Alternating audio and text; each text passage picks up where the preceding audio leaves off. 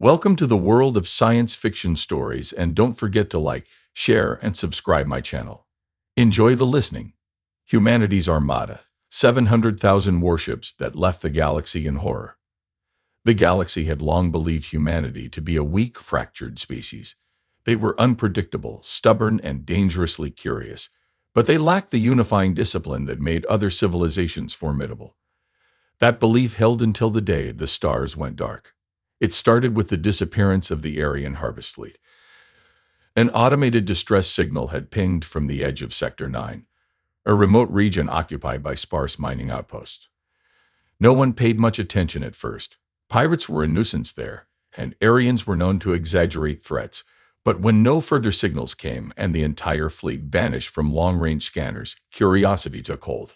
The Galactic Council dispatched a scout ship to investigate, but it never returned. Then a second, then a third. It wasn't until the Zurin, one of the most advanced species in the galaxy, sent a dreadnought-class warship that the truth finally emerged.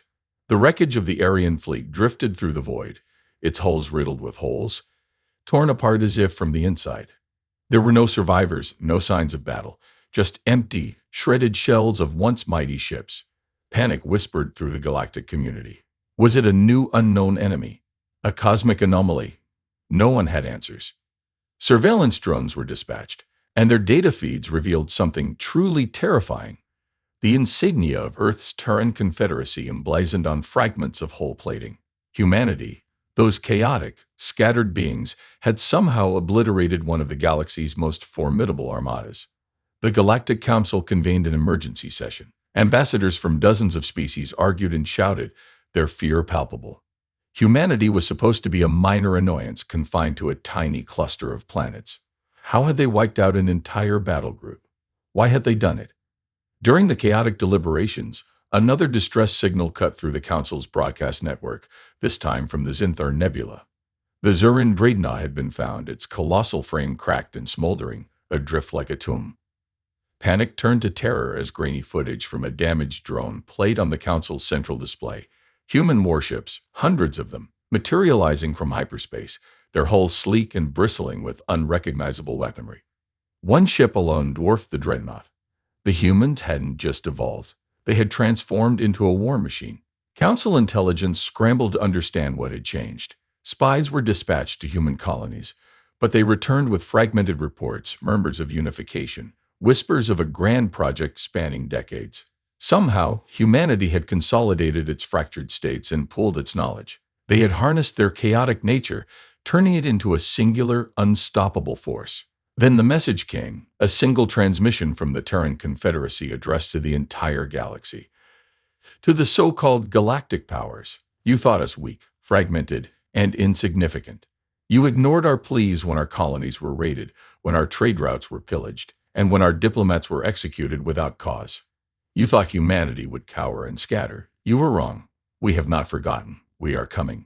Humanity sends 700,000 warships. Prepare yourselves. The transmission cut off, leaving silence heavier than a neutron star. Panic erupted among the council members. Some called for surrender, others for preemptive strikes.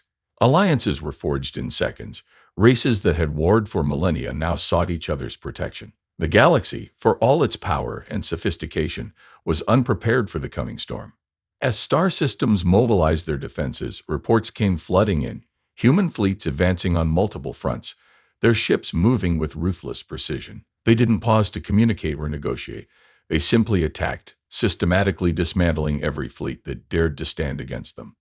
World after world fell, and the galaxy watched in horror as humanity, once underestimated and mocked, burned across the stars like a vengeful wildfire. Those who survived whispered among themselves, fearing the inevitable truth. Humanity was no longer a scattered threat. It was an unyielding force, and the galaxy had no one to blame but itself. The war had only just begun. As the first wave of humanity's war machines surged through the outer systems, the galaxy struggled to comprehend the sheer magnitude of the threat. Reports of entire planets being razed and orbital defenses being shattered came in faster than they could be processed. The Galactic Council, which had once debated trade tariffs and border disputes, now found itself on the brink of collapse. Admiral Keller of the Zurin Empire, one of the most respected and feared military minds in the galaxy, was tasked with organizing a counteroffensive. He gathered representatives from every species willing to fight, Kalans with their plasma lances, Varians with their telepathic coordination, and even the elusive Thorn, who rarely involved themselves in galactic conflicts. But despite their combined might, none of them could shake the fear gnawing at their hearts. They move like a single organism, Kellner growled, glaring at the holographic star map where human fleets carved lines of destruction through star systems. How did they unify so quickly? Last we knew, they were still bickering among themselves. High strategist Yvex, a reptilian variant, hissed in agreement. Our spies detected a change almost a decade ago, some kind of unification protocol. Project Dominion, they called it. The humans must have ended their internal disputes somehow, forged a single purpose. But that's impossible, snapped Ambassador Thrilla of the Valhir. Humans are chaotic by nature. They fought each other more viciously than any alien invader. How could they become this war machine? Kelmar narrowed his gaze. Perhaps it was that very chaos that gave them strength. We were too arrogant to see it. While we were complacent, they were evolving. Suddenly, an urgent transmission crackled through the war room. A young officer rushed to Keller's side, his face pale. Admiral, we just received footage from the Ryden system. They've deployed the Titans. The Titans. Keller's blood ran cold. He knew the term from outdated reports. Massive capital ships rumored to dwarf any dreadnought in existence. He gestured to the technician, who activated the feed. The image flickered to life, showing a fleet of colossal human warships emerging from hyperspace. Each one was a behemoth of steel and fury, bristling with energy weapons that pulsed with a sinister red glow. Planetary defense platforms fired in vain, their projectiles disintegrating against powerful energy shields. One of the Titans opened fire, a single beam slicing through 3 orbital stations like they were made of paper. As the feed faded to static, Keller gritted his teeth. We cannot fight this. Not head-on. Vivek's eyes narrowed. Are you suggesting we surrender? Never, Kellner snapped. But we must be smart. Humanity may be a unified force now, but they are still driven by pride. If we can lure their main fleet into a trap, perhaps around the gas giant at Eric V, we might be able to detonate the planetary core and take a large portion of their armada with it. Threa scoffed. And what if they see through it? What if they destroy us before we even reach the gas giant? Then we'd die fighting, Kellner said grimly. Better to make a stand than wait for them to pick us off one by one. The council room fell into uneasy silence, the enormity of the plan weighing down on them. Despite their advanced technology and millennia of experience in warfare, they were now facing an enemy driven not by conquest but by vengeance, a species wronged and determined to claim the respect they had been denied for centuries. Messages from surviving fleets continued to trickle in, each more desperate than the last. The reports were clear. Humanity was not negotiating, not sparing anyone. They moved with cold efficiency, targeting infrastructure and communication hubs, dismantling civilizations piece by piece. Kellner sent out orders to mobilize the remaining forces, ordering ships from every allied faction to regroup at Eric V. It was a gamble, a desperate, reckless plan. But it was all they had left. As the commanders dispersed, Uhex lingered behind, his scaled hands clenched. Do you think we can win? He asked quietly. Kellner didn't meet his gaze, his eyes fixed on the holographic map where red human markers continued to expand. I don't know, he admitted. But I do know one thing, we underestimated them. And that might be the mistake that dooms us all. The tension was suffocating, but there was no turning back now. As the War Council dissolved, the galaxy held its breath, knowing that the fate of countless worlds hung on the edge of a knife. As the fleet prepared for the desperate stand at Eric V, news of humanity's relentless advance continued to pour in. Reports indicated that the human armada had split into several battle groups, each targeting key sectors simultaneously. Strategic outposts were being annihilated with ruthless precision, leaving entire quadrants defenseless. The galaxy's most fortified strongholds had fallen within hours. Admiral Kellner moved through the command center, issuing orders and routing his officers. He couldn't afford to show fear, not when morale was already fragile. Yet deep inside, his stomach churned with a sense of impending doom. Sir, called out Lieutenant Morak, a wiry Coloran with sharp golden eyes. New intel from the Heron cluster. The human fleet decimated the entire orbital defense grid without taking a single loss. They're pushing towards the core worlds. Kellner grunted. Are there any survivors? A few escape pods made it out. We're getting debriefs now. He nodded, trying to process the nightmare unfolding across the galaxy. Just then, a communication request flashed on his console from the Terran Confederacy itself. He hesitated, exchanging glances with his officers, then accepted the transmission.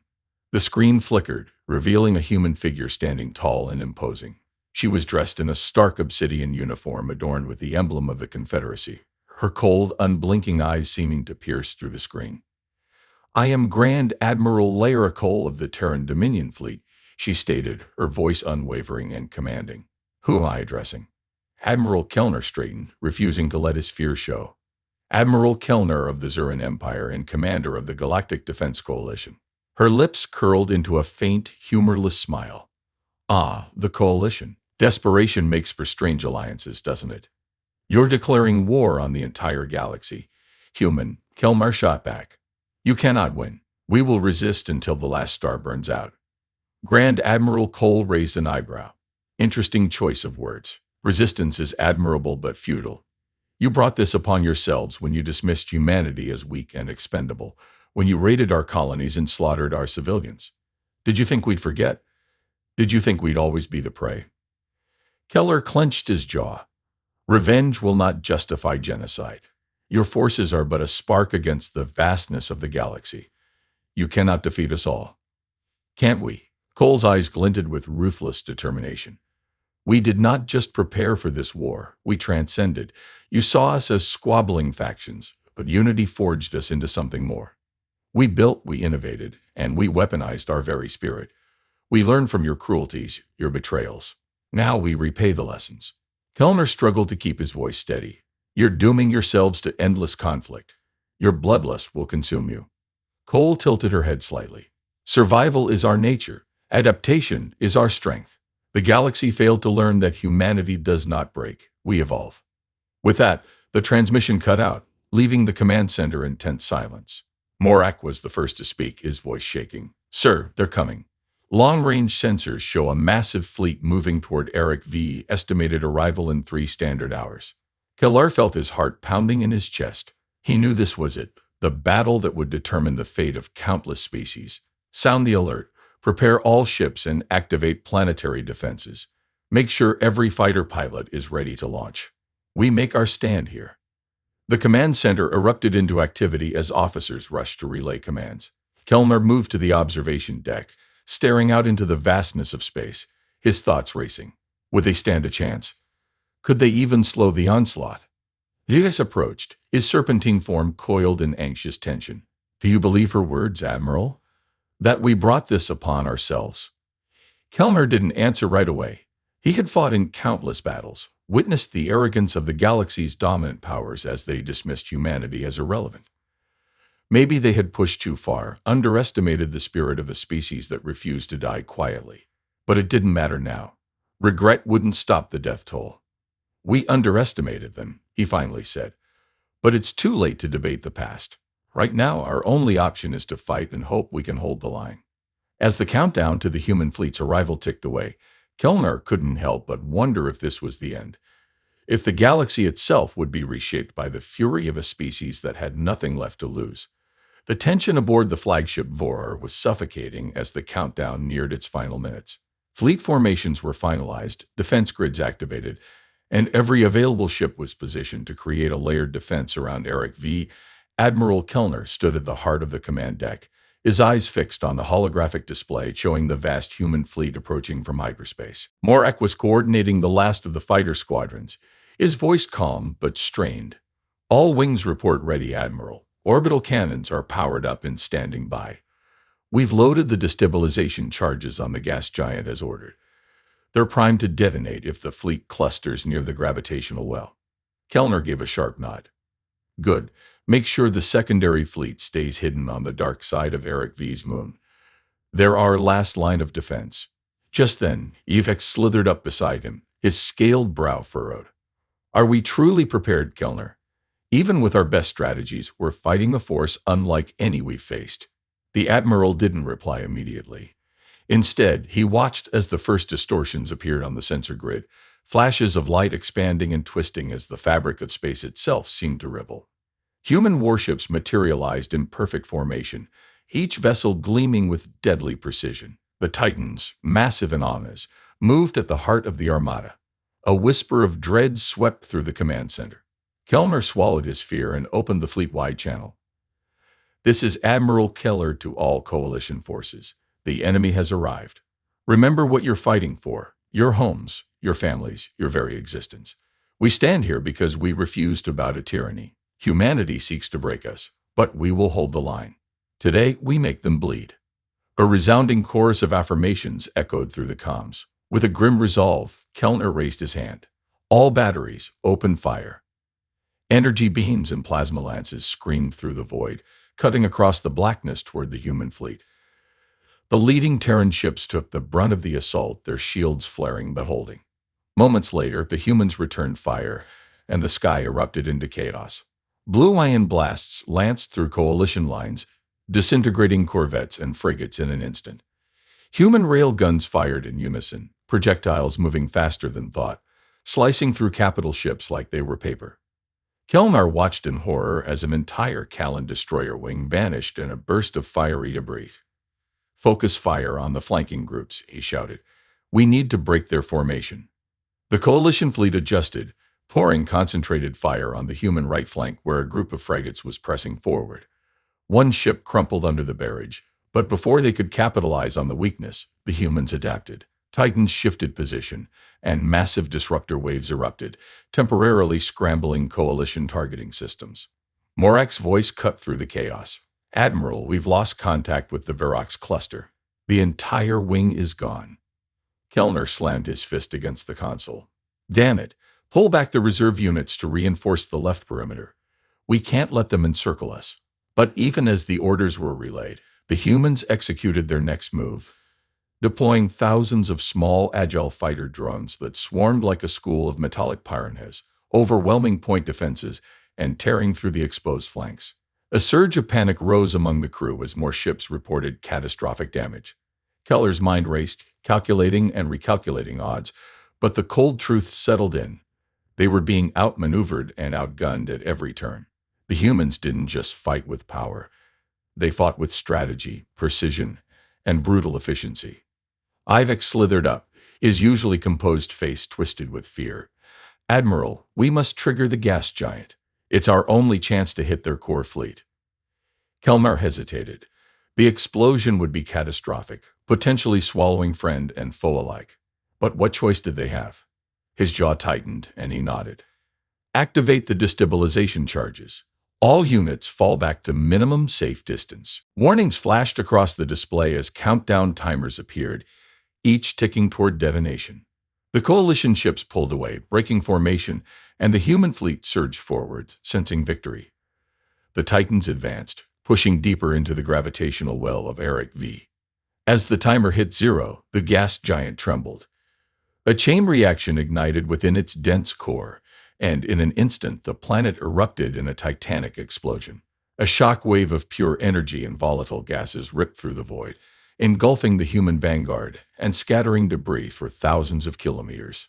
Silence reigned as the remnants of the explosion faded. Sensor readings recalibrated, and for a moment it seemed as if the impossible had happened. A significant portion of the human fleet was gone. Cheers erupted throughout the coalition command center, officers clapping and celebrating what felt like a miracle. But Keller's instincts screamed at him to stay wary. As the residual energy cleared, his worst fears were realized. Through the dust and fire, human warships emerged, their shields flickering but intact. The Titans had survived, and with them, hundreds of escort ships. The human armada regrouped, unbroken, as if mocking their desperate attempt to fight back. A message came through, Grand Admiral Cole's voice calm and unyielding. "Impressive, Admiral. You fought well. But your desperation only confirms what we already knew. You're not prepared for humanity's wrath. We gave you a chance to surrender. Now you face extinction." The realization hit Kellner like a hammer blow. They hadn't even dented humanity's resolve. As his fleet continued to disintegrate under the renewed human assault, he knew the galaxy's fate was sealed. Humanity had come not just to conquer but to erase. The shattered remnants of the coalition fleet scattered desperately, trying to regroup and form some semblance of defense. The colossal titans loomed over the battlefield like grim reapers, methodically hunting down survivors and obliterating anything that dared to move. Admiral Kellner remained rooted at his console, numb with disbelief. They had gambled everything on the gas giant's detonation, and it had barely slowed humanity down. Across the command deck, the grim reality sank in. Officers whispered prayers to forgotten gods. Some simply stared at the screens, frozen with terror. Morek approached Kellner, his face pale and eyes hollow. "Admiral," he rasped, we lost the secondary fleet. The moon defense line collapsed. The humans are advancing on the planet itself." Killark's hands trembled, but he forced himself to remain steady. "Order the remaining ships to fall back to low orbit. We'll use the planetary cannons to cover their retreat. Prepare for ground combat. Eric V is our last stand." Morek hesitated. "Sir, is it even worth fighting?"